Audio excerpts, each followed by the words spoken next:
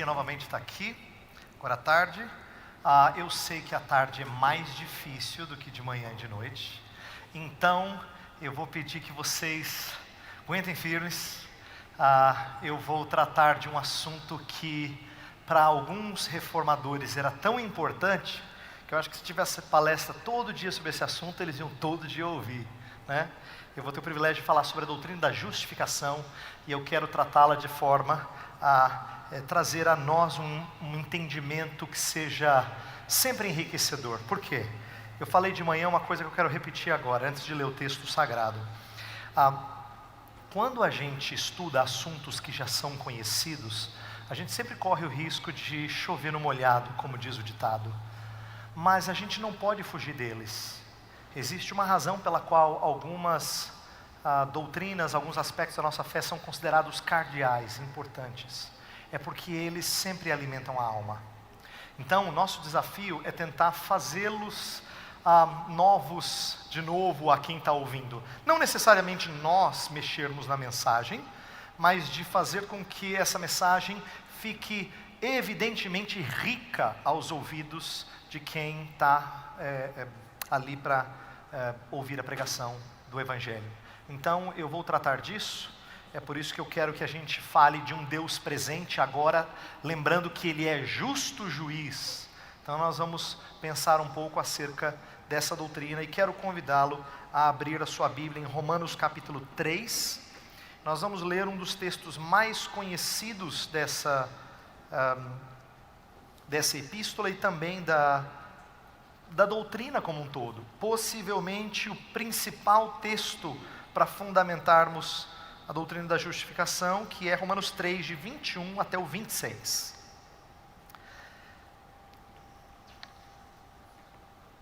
Romanos 3, de 21 a 26. Vou ler, depois nós vamos orar, e aí vamos começar a pensar sobre esse assunto, e vou fazer uma exposição que visa trazer aplicações dessa doutrina tão preciosa. Romanos 3, a partir do verso 21, diz assim: Mas agora sem lei se manifestou a justiça de Deus, testemunhada pela lei e pelos profetas.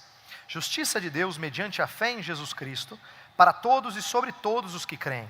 Porque não há distinção, pois todos pecaram e carecem da glória de Deus, sendo justificados gratuitamente por sua graça, mediante a redenção que há em Cristo Jesus, a quem Deus propôs no seu sangue, como propiciação, mediante a fé, para manifestar a sua justiça, por ter Deus, na sua tolerância, deixado impunes os pecados anteriormente cometidos, tendo em vista a manifestação da sua justiça no tempo presente, para Ele mesmo ser justo e o justificador daquele que tem fé em Jesus. Vamos orar de novo, feche os seus olhos, vamos pedir a orientação do nosso Deus.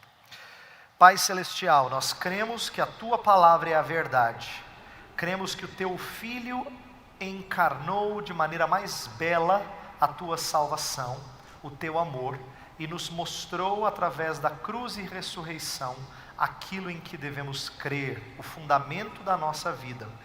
E agora o Teu Espírito nos dá entendimento dessa mensagem chamada Evangelho.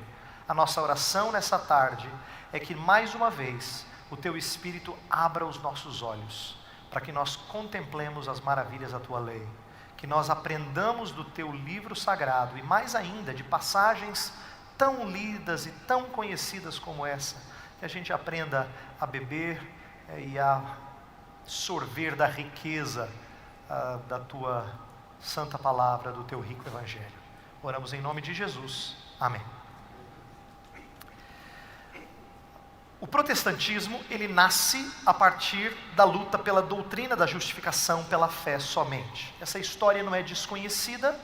Martinho Lutero entendia que essa doutrina era tão cardeal, tão importante, que ele a define de o artigo pelo qual a igreja fica de pé ou cai. O artigo pelo qual a igreja se sustenta ou cai. Então é por isso que desde a época da Reforma Protestante do século XVI, quando você olha para os documentos, você vai perceber uma tratativa delongada sobre a doutrina da justificação, porque ela é considerada cardeal, chave para entender a salvação que nós temos em Cristo. E é bom que a gente entenda que certas doutrinas, elas não são assim, aprendidas na teoria. Muitas vezes, elas se tornam mais reais por causa da nossa própria experiência. Por exemplo, na história da igreja você tem um Agostinho de Hipona, pai da igreja lá do século IV e V, que passa a entender a ideia de pecado original por causa da sua própria experiência, como sendo elucidativa daquilo que ele estava enxergando nas Escrituras. Algo parecido acontece com Martinho Lutero. A doutrina da justificação pela fé fica muito preciosa para ele, exatamente por causa da experiência de vida dele. A Lutero deu muita ênfase a essa doutrina porque foi uma descoberta pessoal para ele. No final da sua vida, na verdade, no prefácio à edição de 1545 dos seus escritos em latim, ele narra sobre o seu tempo de jovem, enquanto monge, quando a expressão justiça de Deus aterrorizava a sua alma. Na verdade, ele diz que ele tinha uma certa ira de Deus, por causa dessa ideia de justiça. Deus é justo, ele ouvia isso, e isso o atormentava. Tanto é que ele passava boa parte da sua vida monástica, se exercitando na piedade, pelo menos achando que estava exercitando na piedade, através de orações, vigílias, jejuns, boas obras, e isso não aquietava a sua alma. Ele tinha um conselheiro chamado Staupitz, e ele chamava esse conselheiro e confessava todos os seus pecados, até aqueles que nós normalmente consideraríamos mais insignificantes. E Staupitz às vezes tinha que dizer: Lutero, fica quieto, é demais, confessa pecado o tempo todo, você só peca. Lutero se sentia assim mesmo, só pecando o tempo todo. Então, Lutero entendia que aquilo incomodava, e ele diz que ele nutria uma fúria velada contra o Deus que pune pecadores. Mas, na sua peregrinação espiritual, ele descobre que a justiça de Deus, em Romanos, não é o castigo de Deus, mas é a provisão divina para a nossa redenção. Ele chama essa justiça de justiça passiva. Deus não está atacando-nos, mas recebendo o castigo para a nossa redenção. É por isso que ele chama uma justiça passiva com a qual o Deus misericordioso nos justifica pela fé. E ele diz que a sua alma encontrou alívio, nasceu de novo, quando ele mudou o entendimento dessa justiça de Deus em Romanos. Então é por isso que a doutrina nasce como sendo tão importante. A razão de eu chamar a atenção dessa doutrina e falar sobre ela nessa tarde, é porque nossa sociedade não tem a ideia de um Deus justo muito claro na sua frente. A ideia de estar na presença de um justo juiz, como Lutero tinha, não é muito parte da nossa cultura. Não faz assim parte da maneira como o brasileiro entende o seu jeito de viver. Tanto é que muitas pessoas têm uma consciência de algumas coisas erradas, mas ela é sublimada. Qualquer coisa que a consciência diga que seja expressão de que está no erro, isso é sublimado. Por isso que a Escritura fala que a ira de Deus se revela contra toda impiedade, todos aqueles que suprimem a verdade. Eles empurram a verdade, eles não ouvem aquilo que as suas consciências lhes dizem. E nesse sentido é diferente de Lutero. Porém, a consequência é parecida com a de Lutero. E isso é curioso, porque isso faz com que a gente junte e una gerações de uma forma que não é verdade que aquilo que Lutero disse lá atrás não seja útil para o pessoal hoje. Por quê? Ambos, não importa se Lutero e os monges dos seus dias, como as pessoas de hoje que não atentam para um justo juiz, todos eles acabam tendo uma visão míope sobre sua bondade. Sempre. Esse é o resultado. Elas têm uma visão muito míope, muito deformada da sua bondade, de como eles são melhores do que outras pessoas. E uma visão amenizada do ser humano permeia a nossa cultura. Eu costumo dizer por aí uma coisa muito comum de brasileiro. Tem certas coisas que brasileiro diz quase que 100% das vezes. Uma delas é dizer assim, tem dois tipos de pessoas nesse mundo. Tem gente boa igual você, gente do bem, de família, e tem aquele pessoal lá corrupto que trabalha em Brasília. É como se tivessem castas espirituais. Tem gente boa igual você, gente do bem, de família, honesto, trabalhador. E tem aquele pessoal dos presídios ou da política. Isso é típico de brasileiro que acha que os de lá são diferentes dos de cá. Como se tivesse duas naturezas distintas.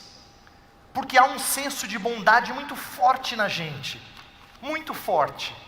Agora, isso não acontece só com gente descrente, não. Isso acontece com gente cristã também, que às vezes não percebe. Frequentemente a gente usa linguagem de ímpio para falar certas coisas. Olha, eu fico muito feliz que você encontrou uma esposa, porque você merece, viu? A gente fala assim direto, né? Há um tempo atrás a Coca-Cola lançou um slogan assim, ó: os bons são maioria.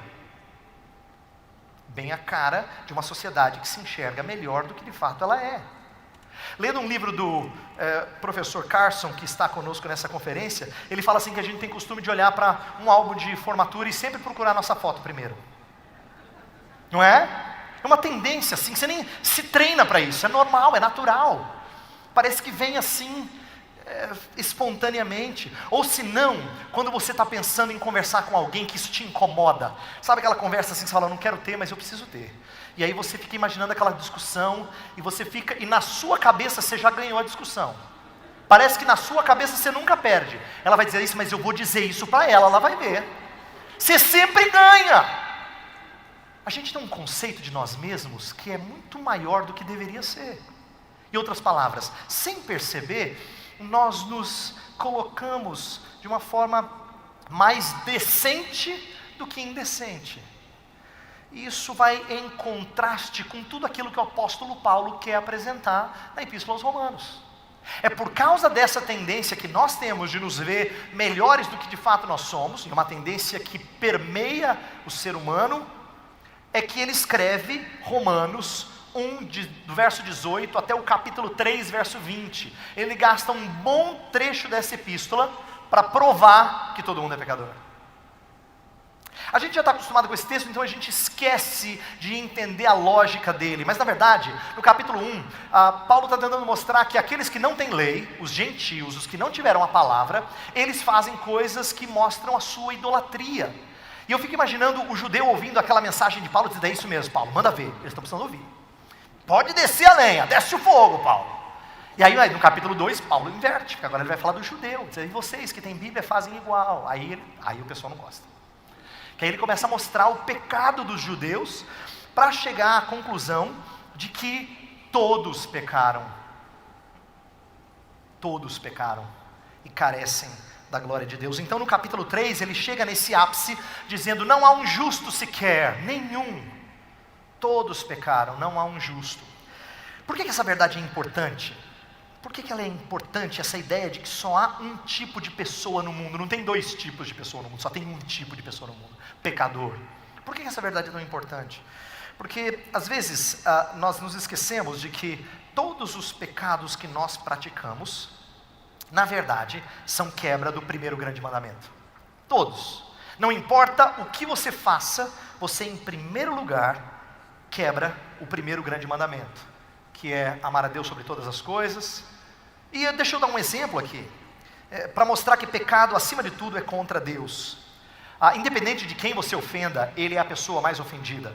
Lembra quando Davi peca com Batseba, e surge uma criança a partir desse relacionamento fora do casamento, e aí fica aquele tempo sem confessar o pecado, depois vem o profeta, ele confessa o pecado, escreve o Salmo 51, e afirma no verso 4, pequei contra ti somente. Se você parar para pensar nessa frase, você diz assim, não Davi, eu não acredito que você disse isso. Vamos falar sério. Você pecou contra Batseba, porque você forçou, colocando-a numa situação muito desagradável diante do rei. Você pecou contra a criança, que não tinha nada a ver com a história, mas você pecou contra ela. Você pecou contra Urias. Você pecou contra o exército, pedindo para o governante, pedindo para colocar Urias na frente de batalha. Você pecou contra a nação de Israel. Você pecou contra a sua família, porque diz que a família dele acaba recebendo castigo por conta disso. Ele pecou contra todo mundo, não tinha ninguém contra quem ele não tinha pecado. Mas na hora de escrever o Salmo, ele fala, pequei contra ti somente. Por quê? Presta atenção. Porque o que torna o pecado tão horrível não são as suas ramificações sociais, mas sim sua relação vertical. É isso que torna pecado tão vil. Porque acima de tudo, ele é uma ofensa a Deus. Que é isso que Paulo quer mostrar em relação a qualquer pecado, não importa qual. Por isso que ele começa a epístola expondo isso. Mas, graças a Deus, a epístola não acaba no capítulo 3, verso 20. Senão seria desesperadora, seria assim só deprê. Lê Romanos e fala assim, meu Deus, Romanos, vou pregar em Romanos. Não, hoje a gente fala de pregar em Romanos como sendo uma coisa animadora. Mas por quê? Porque tem Romanos 3, 21 em diante. Até o 20 é só chapuletada. Mas no 3, 21 ele fala assim, agora, deixa eu apresentar a vocês a salvação que há em Cristo Jesus. A ideia não é tanto de um contraste entre duas épocas, mas de duas relações, de quem depende ou não da lei. Então eu quero tratar dessa justificação que Paulo apresenta como sendo remédio para a humanidade inteira afundada no pecado. E eu quero tratar aqui consciente de que tudo que eu disser nos próximos minutos vai ser pouco para expor Romanos 3, de 21 a 26. Eu tenho convicção disso. Porque praticamente todo teólogo diz que ali tem tanta teologia, ali é arquivo de teologia zipado, tá? Tem tanto, você tem que tirar e descompactar.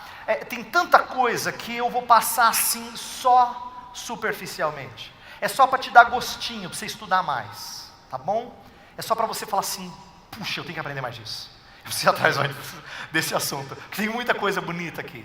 E eu vou só conseguir tratar de alguns aspectos, mas me faz entender o porquê que Lutero se apaixonou por essa verdade. E porquê que ele não deixou de anunciá-la até o dia da sua morte, como ela trouxe alívio à sua alma. Eu gostaria de apresentar muito rapidamente, mas 7 características da justiça com a qual Deus nos justifica. Se nós estamos na presença do justo juiz, então a gente tem que lidar com a justiça que procede dele. E eu quero apresentar então algumas características dessa justiça, e a gente vai em cada uma delas buscar trazer alguma aplicação para o nosso dia a dia, para a nossa realidade, tá? Então a primeira característica dessa justiça, que Paulo trata aqui em Romanos 3, a partir do verso 21, é que essa é uma justiça sem lei. Uma justiça sem lei. Olha o verso 21. Mas agora, sem lei, se manifestou a justiça de Deus, testemunhada pela lei, pelos profetas. A primeira coisa que Paulo vai apresentar aqui é que essa justiça, ela não se obtém mediante o cumprimento da lei. Não se obtém mediante o cumprimento da lei, porque mediante o cumprimento da lei, ninguém conseguiu. Ninguém atingiu o padrão. Deus não aceita 7, nem 8, nem 9,5, nem 9,9. Tiago nos lembra muito bem que se você peca uma só vez e transgride um só pecado, você se torna transgressor de toda a lei. Aí as pessoas às vezes não entendem, falam assim, mas isso parece injusto. Não, não é injusto. Por acaso um criminoso tem que quebrar todas as leis do nosso país para ser chamado de criminoso? Não. Basta que ele mate uma só vez e você já coloca o rótulo, criminoso. Pois é você, transgressora, pecador, basta um só. Então o padrão de Deus é muito alto, por isso que ele não pode ser pela lei, ele é sem lei, no que diz respeito ao nosso desempenho. A justiça que se obtém sem cumprimento da lei. Isso é uma coisa surpreendente para os judeus, porque essa justiça foi testemunhada pelo Antigo Testamento. Lá fala assim, pela lei e pelos profetas, no final do verso 21. Ele está fazendo referência ao Antigo Testamento, apresentar algo que já estava muito claro desde o início. Em Gálatas 3,8 fala que Deus pré-anunciou o Evangelho a Abraão. O Evangelho não foi uma coisa que apareceu com Jesus Cristo e todo mundo disse, uau, então agora sim, agora vai dar. Antes não dava porque era pela lei de Moisés. Não, nunca foi pela lei de Moisés. Nunca foi pela lei de Moisés. A lei de Moisés, na verdade, evidenciava a falha do povo de Israel. Então, é importante que você entenda que o Antigo Testamento não é um período de teste difícil, e o Deus do Antigo Testamento, ele é mau. Não, e o Deus do Antigo Testamento, que doçura, que homem simpático. Às vezes a gente cria essa imagem para as crianças. Às vezes a gente cria essa imagem para nós mesmos, como se Deus fosse distinto de geração em geração. Ele é o mesmo, ontem, hoje e o será para sempre. Ele é o mesmo Deus que lá atrás tinha lei, mas anunciava a salvação não mediante o cumprimento da lei. Então, Deus sempre fez assim. Inclusive em Romanos 4, Paulo faz questão de expor a vida, ainda que muito rapidamente, a vida do grande líder judeu que era Abraão. Para dizer assim, olha, Abraão, aquele que vocês muito admiram, pois ele também foi salvo não mediante o cumprimento da lei. Não foi, senão teria sido mérito dele, obras dele. O capítulo 4 então é uma exposição de que Abraão não estava isento de erros. E é bom que a gente se lembre disso, porque às vezes a nossa memória é seletiva.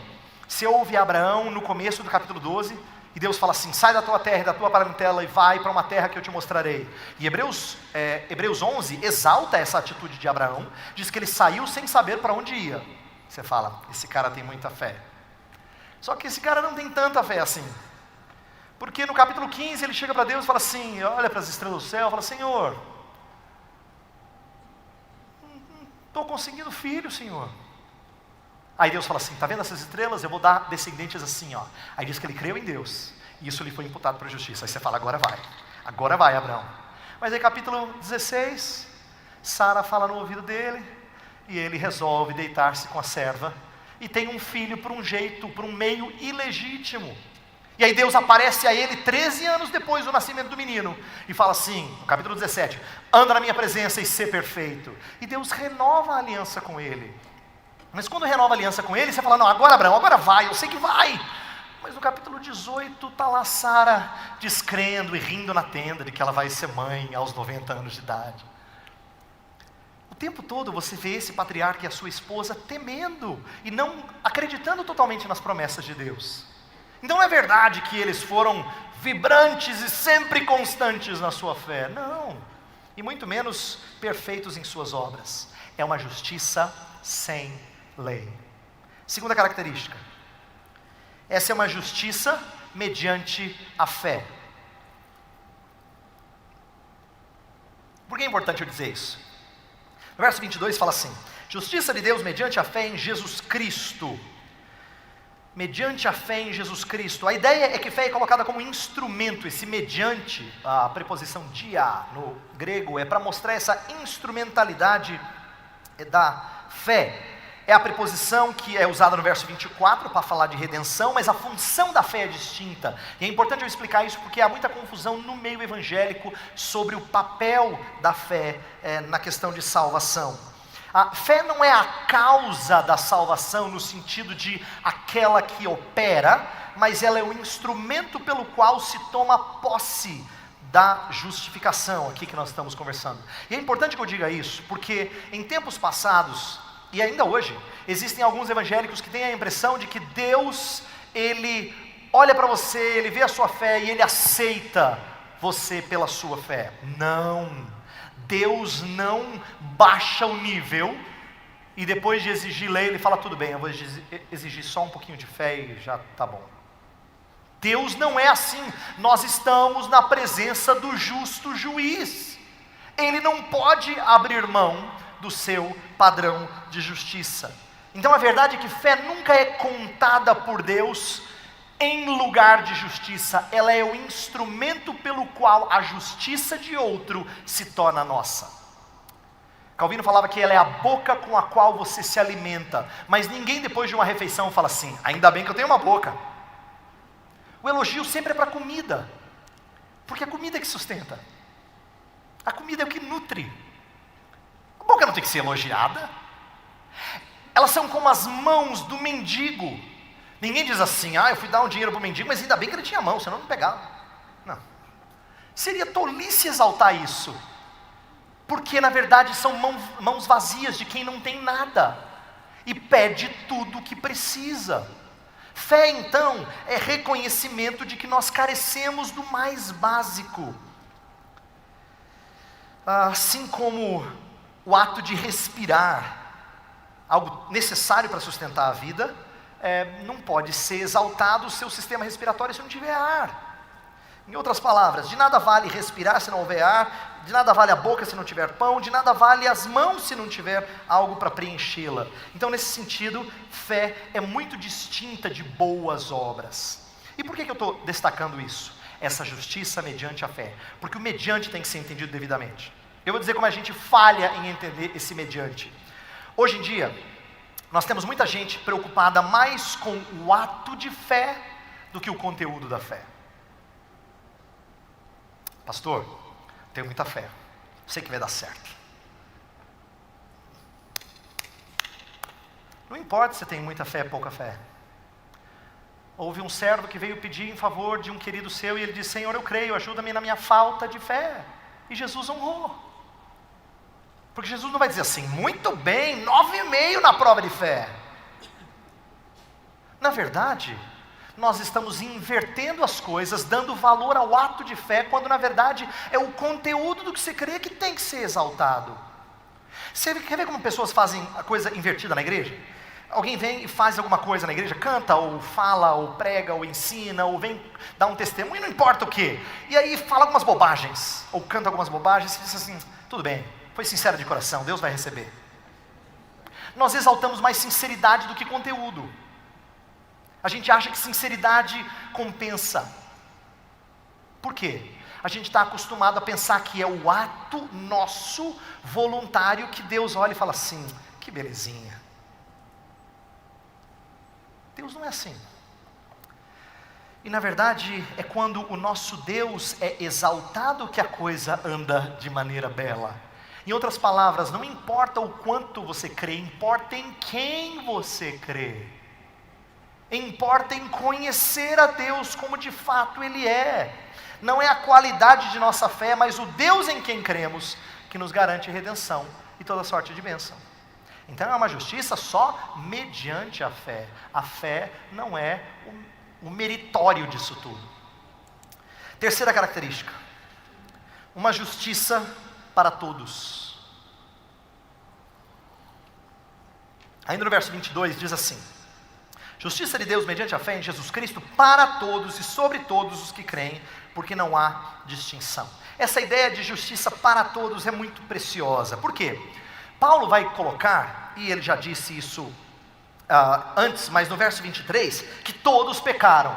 Então, se todos pecaram, todos carecem.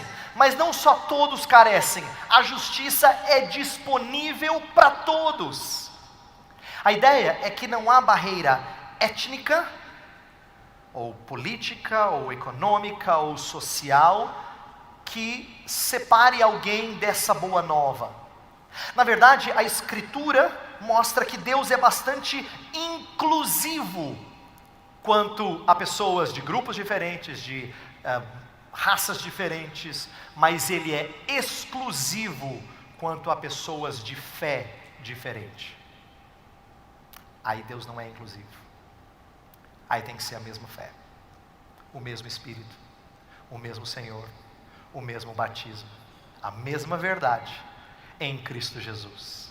Portanto, nós estamos falando de uma justiça que engloba a todos. E eu quero destacar isso porque a gente tem que entender a beleza dessas coisas na medida que Deus vai trabalhando na vida da igreja. A disponibilidade de Jesus em alcançar os desprezados sempre foi motivo de espanto. Sempre. Por exemplo, quando ele conta a história do publicano e do fariseu, você conhece a história, mas você tem que lembrar de ler a história como se você nunca tivesse ouvido essa história. E ele começa a contar e dizendo assim: e tem um muito religioso, sério, que trabalha na igreja, ele ajuda os homens, ele está no trabalho das mulheres, ele ajuda os jovens, ele ora, ele prega, ele ensina na escola dominical. E tem um outro que é assim, um bandido, rouba das pessoas, é desonesto. Aí você fala: pronto, acaba com ele. E Jesus surpreende todo mundo no final. Quem é que sai justificado? E ele fala: o publicano. Essa é uma história que surpreende a eles, porque ele não é o mocinho da história, mas ele bate no peito e diz: "Sê propício a mim, pecador". E Jesus diz que ele sai exaltado, porque quem se humilha será exaltado. Quando Jesus fala dos samaritanos sobre os religiosos judeus, lembra a parábola do bom samaritano? Passa um sacerdote, passa o outro levita, ninguém é aprovado, passa um samaritano. Você já está imaginando os ouvintes fazendo assim: ixi, agora então quero ver o que ele vai fazer. Vai chutar o cara na rua. Você tem que entender que a repulsa era tão grande que se o samaritano passa de largo, o levita passa de largo, na hora que chegasse o samaritano ia fazer uma bobagem ainda maior. E Jesus diz que não. Isso irritava aqueles judeus, porque um samaritano virou herói na história de Jesus. Como é que pode? Ou senão, quando ele fala que a mulher adúltera unge os seus pés, todo mundo tenta dar pitaco dizendo que ela está fazendo errado, e ele exalta aquela mulher. Jesus sempre surpreende cuidando dos desprezados e dos fracos. A justiça de Deus sempre esteve disponível para as pessoas mais improváveis. Eu aprendi com meu pai uma coisa preciosa, de que Deus tem um gosto por porcaria. Verdade. Dá uma olhada ao redor. E se você começar a pensar na igreja de onde você vem, vamos pensar um pouquinho aqui, sério, sem gozar. Se começar a pensar as pessoas com quem você convive na igreja, tem tanta gente complicada, gente. Tanta gente difícil. Tem uns que se diz assim: Senhor, só pela tua graça mesmo, Senhor. Mas Deus, Ele é inclusivo na sua salvação. E Ele traz pessoas de problemas diferentes, de contextos diferentes, de lares quebrados ou de ideias malucas sobre a vida, e Deus salva esses e redime esses e faz coisa linda na vida desses. Inclusive, um dos textos que mais me encanta a esse respeito está lá em Efésios 3, que diz que Deus ensina principados e potestades através da igreja. Quando eu li esse texto pela primeira vez, comecei a estudá-lo, eu falei assim: mas peraí, como assim? Deus dá aula para principados e potestades? Porque Deus faz um time de perna de pau só marcar golaço. Pensa bem, um time desse era derrotado, já era para ir para a 4ª divisão de primeira. Se a gente começar a pensar nas pessoas inteligentes que estão lá fora, mas Paulo fala assim: não foram muitos nobres desse mundo que Deus chamou. Não foram muitos sábios e entendidos. Não. Deus salvou as coisas loucas do mundo, você. As loucas do mundo, as desprezadas, as que não são nada, para que a glória fosse do técnico. A justiça de Deus é para todos, com o intuito de mostrar a grandeza da sua glória e graça. 4º ponto, é uma justiça gratuita. Verso 24 fala: sendo justificados gratuitamente por sua graça. A ideia é que Paulo, ele sabe que não custa para ele. Ele sabe que não custa nada para ele. Não adianta ele observar a lei, ele precisa entender que não há nada que ele faça que vai garantir a aprovação de Deus. Deus já olhou para você e te aprovou, não baseado no seu desempenho. E isso aqui volta a um ponto importante que o Dr. Carson falou aqui, o nosso irmão Dr. Michael Horton já escreveu nos seus livros, eu tive a oportunidade de falar sobre esses assuntos em outros lugares, e eu quero falar isso aqui agora. A importância de nós entendermos como o Evangelho alimenta o povo de Deus, dia após dia após dia. Sabe por quê? Porque a gente criou um hábito de achar que tem culto que é evangelístico. E tem culto que eu não sei o que prega, porque se não é evangelístico é o que então? Se não prega o Evangelho, prega outra coisa. Mas, na verdade, nós precisamos entender a necessidade de ouvir o Evangelho de novo, e de novo, e de novo, e de novo. Por quê? Porque a gente tem o costume de achar que Deus nos salva e nos coloca num caminho de graça, depois Ele trata você com o rigor da lei. É por isso que você peca, e você peca de novo, e você peca de novo, e você fica frustrado consigo. E alguns crentes, tristemente, começam a parar de orar, parar de ler a Bíblia, porque eles estão incomodados, eles acham que é hipocrisia, Deus não vai ouvi-los. Então o que eles estão pensando em fazer? Estão pensando em dar uma melhorada na vida espiritual para depois conversar com Deus. Você ri, mas é assim que as pessoas em pecado raciocinam. Esse corrupto coração tem uma tendência de ir para legalismo muito facilmente. Muito facilmente. É por isso que Paulo fica tão irado com os Gálatas, mas tão irado, que ele diz assim: ó Gálatas insensatos, como é que vocês começam na graça e depois vão para a lei? Como é que vocês começam com um evangelho que é belo, que depende de Cristo, e depois vocês começam a chamar a responsa para vocês? Paulo sabia que eles estavam invertendo, eles estavam corroendo, era um outro evangelho e não era evangelho. Porque a justiça com a qual Deus nos justifica, ela é gratuita. Então, pare de pensar que Deus julga você baseado no seu desempenho. Sabe quando a coisa aperta e você fala assim: Senhor, o que eu fiz de errado? Nem sempre o seu raciocínio está certo. O reverendo Augustus falou nessa manhã uma coisa que é muito apropriada: quando a coisa aperta, você reflete. Disciplina é bom. Não porque a gente tenha que descobrir a relação de qual pecado pessoal levou a esse sofrimento seu, mas dizer assim: Senhor, eu preciso me humilhar diante do Senhor. Preciso me quebrantar diante do Senhor. Eu nunca me esqueço da frase de Charles Spurgeon, quando ele fala assim que ele agradece muito a Deus pela bênção da saúde. A saúde é uma coisa preciosa para ele. Ele ousa dizer que a saúde é a segunda maior bênção que Deus pode dar para ele. Aí você logo fica com aquela vontade de ouvir qual é a primeira. Ele fala assim: só perde para a doença. Sabe por quê? Ele fala assim: meus irmãos, ele pregando sobre isso, meus irmãos, quando eu estou doente, Deus me traz tão junto dele. Eu oro tão bem, eu me quebranto diante dele com tanta facilidade, Deus me mói, e eu me apresento a ele do jeito que eu tenho que me apresentar sempre. Que bênção é estar doente. Spurgeon. Então, nós temos que entender que essa justiça com a qual Deus nos justifica, ela é gratuita. Ela não depende do nosso desempenho. Deus não vai aprovar você baseado no seu desempenho. Você pode ser o mais crente que for, você está aquém do padrão divino. Essa justiça é mediante a graça, por sua graça. Quinto ponto, uma justiça libertadora. E aqui, no verso 24, ele usa uma palavra que nós estamos acostumados a usar, mas poucas vezes refletimos sobre a origem dela. Ele fala que é uma justiça por sua graça, mediante a redenção que há em Cristo Jesus.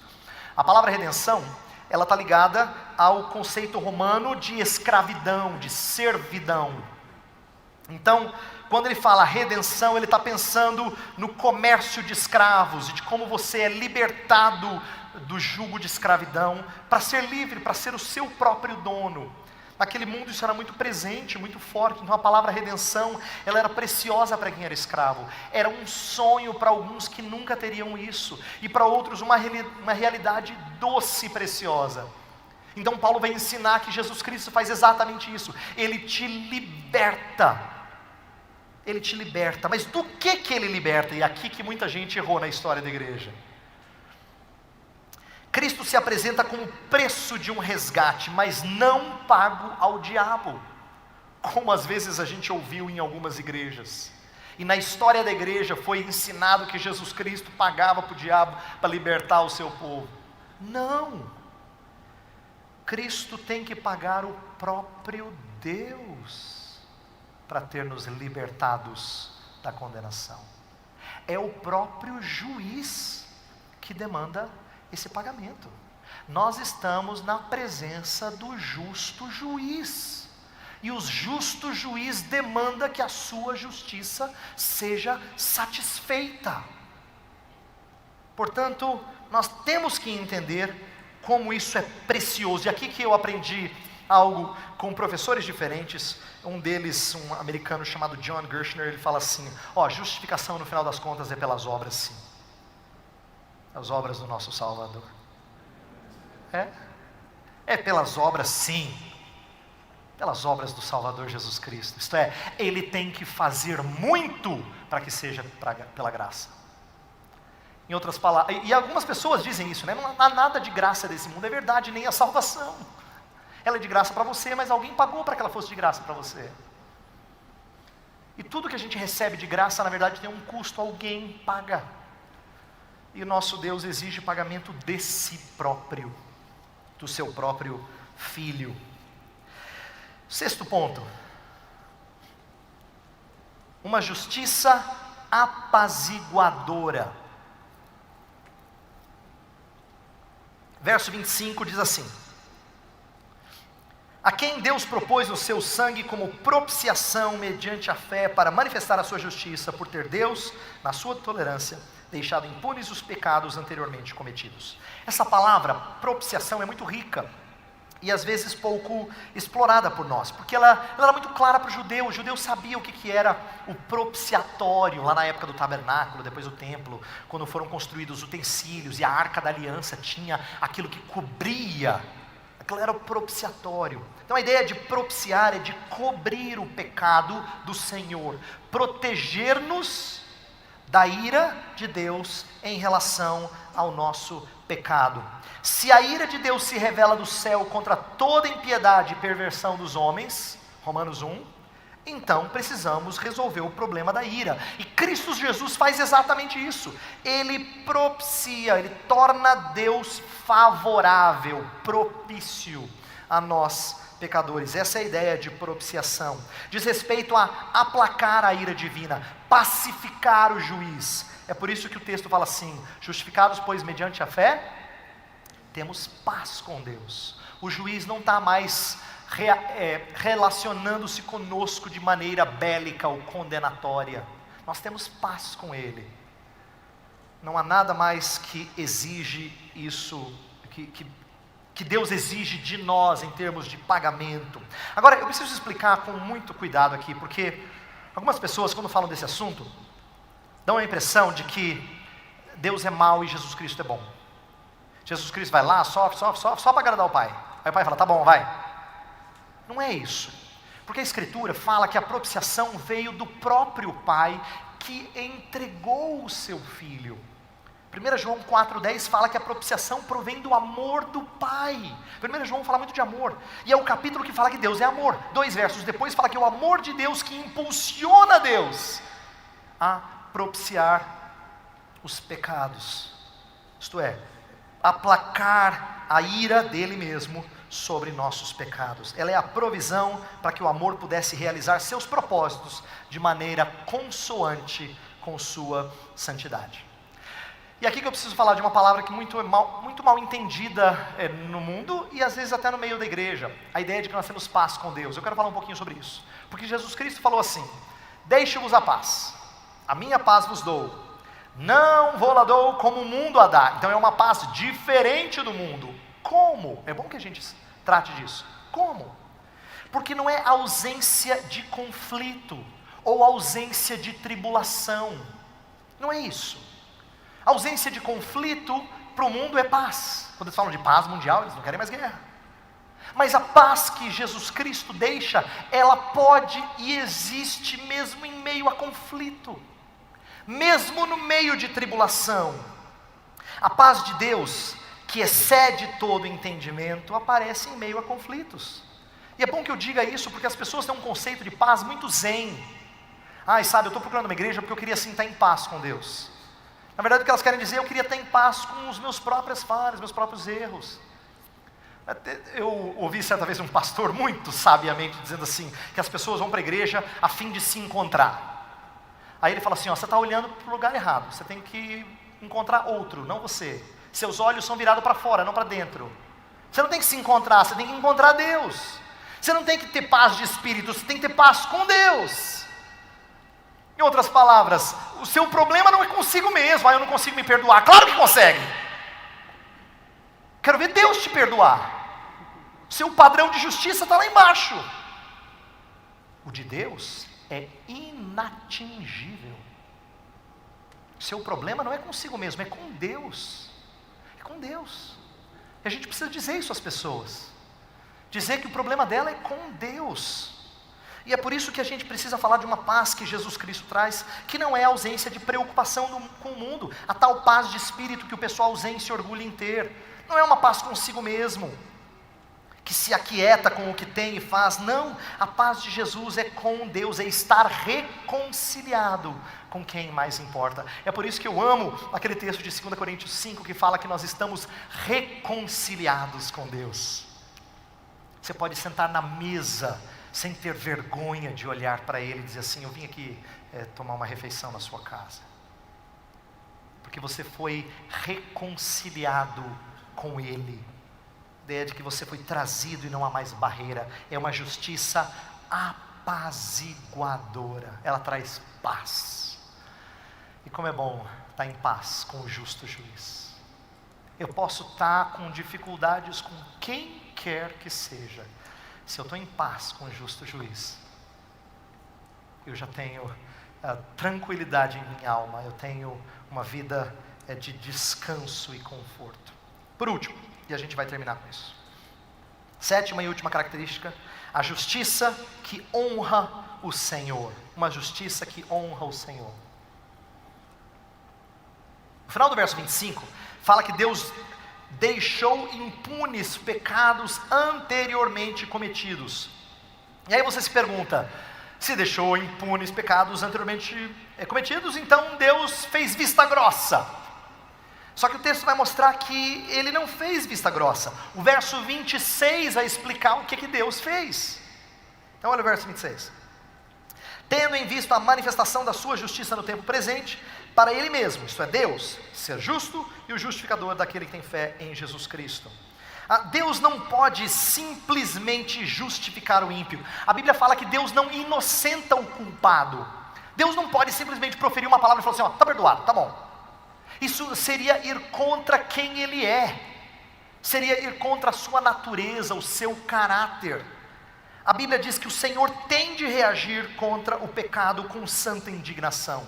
E é importante você entender isso, porque isso dá mais vida à ideia da cruz. A cruz não é só uma demonstração de quanto Deus te ama, e Ele vai lá e fala assim: filho, morre lá por ele, só para eles verem quanto eu amo. Não, é expressão da santa ira de Deus contra o seu pecado, contra as vezes em que eu e você cuspimos na cara do Santo de Israel. É por isso que em Hebreus fala assim que era necessário que derramasse sangue para que houvesse remissão de pecados, porque sem derramamento de sangue não há remissão de pecados. Era necessário, está baseado na própria natureza de Deus, no caráter de Deus. Um teólogo chamado John Murray, ele disse que a cruz foi a maneira que Deus demonstrou não só o seu amor, como a sua justiça. É importante isso, vou dizer por quê. Olha só o que ele afirma. Ele está falando de como a expiação, a morte de Cristo na cruz, ela é necessária. Ele vai explicar por que ela é necessária. Ele faz uma pergunta excelente: por que Deus não podia realizar os propósitos de seu amor para a humanidade pela palavra de seu poder ou pelo decreto de sua vontade? Por que Deus não poderia simplesmente dizer assim: perdoado, está declarado? Aí ele faz uma segunda pergunta: se dissermos que Ele não podia, então a gente está dizendo que Ele não tem poder. Se a gente disser que Ele podia, mas não quis, a gente está dizendo que Ele não é sábio nem bom.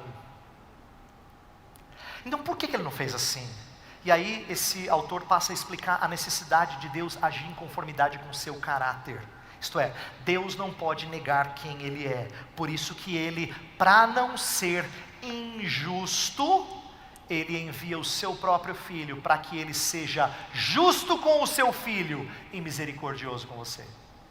Eu aprendi isso em aula de teologia. Às vezes meu pai me perguntava assim: filho, Deus foi justo ou misericordioso com você?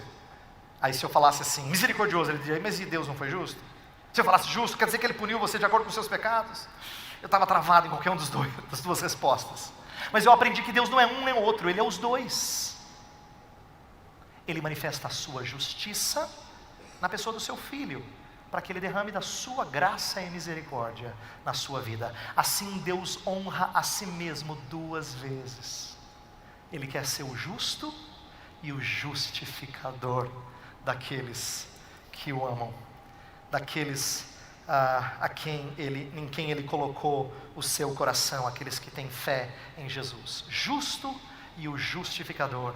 Nessa hora, eu preciso lembrar você quão importante é falarmos de um Deus que é justo juiz, mas falar da justificação pela fé como doutrina que traz beleza e não terror à ideia de estarmos perante um justo juiz. Deus é confiável. Deus é alicerce seguro. A razão que deve trazer conforto a nós é que quando Deus exige do seu filho, Ele não mais exige de você. Isso seria ser injusto por exigir pagamento 2 vezes. Então não pense que Deus está te castigando. Ele não castiga você. Se Ele fizesse, Ele seria injusto. Ele nunca pede pagamento dos pecados. Nunca.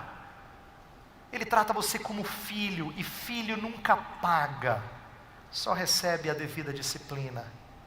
Quando um filho quebra um vidro da casa do vizinho, o pai não fala assim, vai ter que trabalhar e pagar. O nosso Pai Celestial não faz assim. Ele tira do dinheiro que era para sustentar a sua família e paga. Mas ele fala assim, filho, você vai ter que aprender através de disciplina.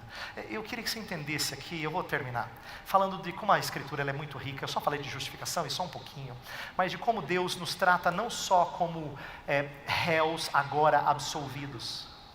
Deus faz outra coisa lindíssima depois disso, que também é legal, assim como justificação é uma declaração legal, forense, isto é, do judiciário. Deus faz outra coisa que também está no âmbito legal, que é a doutrina da adoção. Deus não só absolve você de suas culpas, Ele chama você para morar na casa dEle. Ele te faz filho. E Ele faz uma coisa incrível com você. Ele coloca você para ser representante de Estado. Você que outrora era inimigo de Estado, agora vai ser embaixador de Cristo. Coisa louca. Que chefe de Estado que existe nesse mundo que pega um inimigo de Estado dos mais procurados no mundo e fala assim, agora ele vai ser embaixador da nossa nação. Ninguém em sã consciência faria isso. Só Deus. Não é à toa que essa mensagem é chamada de loucura para os gregos. Ela é loucura, porque Deus pega aqueles que outrora eram réus, né? Que estavam no banco dos réus, e os faz embaixadores. E Deus não muda as regras do jogo. Uma vez que Ele justificou você, você permanece permanentemente justificado por Ele. Eu quero terminar dizendo, lembrando a você, como essa doutrina ela é rica em atributos de Deus. A justiça de Deus, ela é muito bela. Um comentarista que eu li fala que, para que Deus descreva essa justiça, através da pena de Paulo, Ele tem que usar a linguagem de tribunal, a ideia de justificação, ela é forense, linguagem de tribunal, tem que usar a linguagem de mercado de escravos, a gente falou de redenção, tem que usar a linguagem do templo, propiciação, para fazer justiça à plenitude do ato da graça de Deus em Cristo Jesus.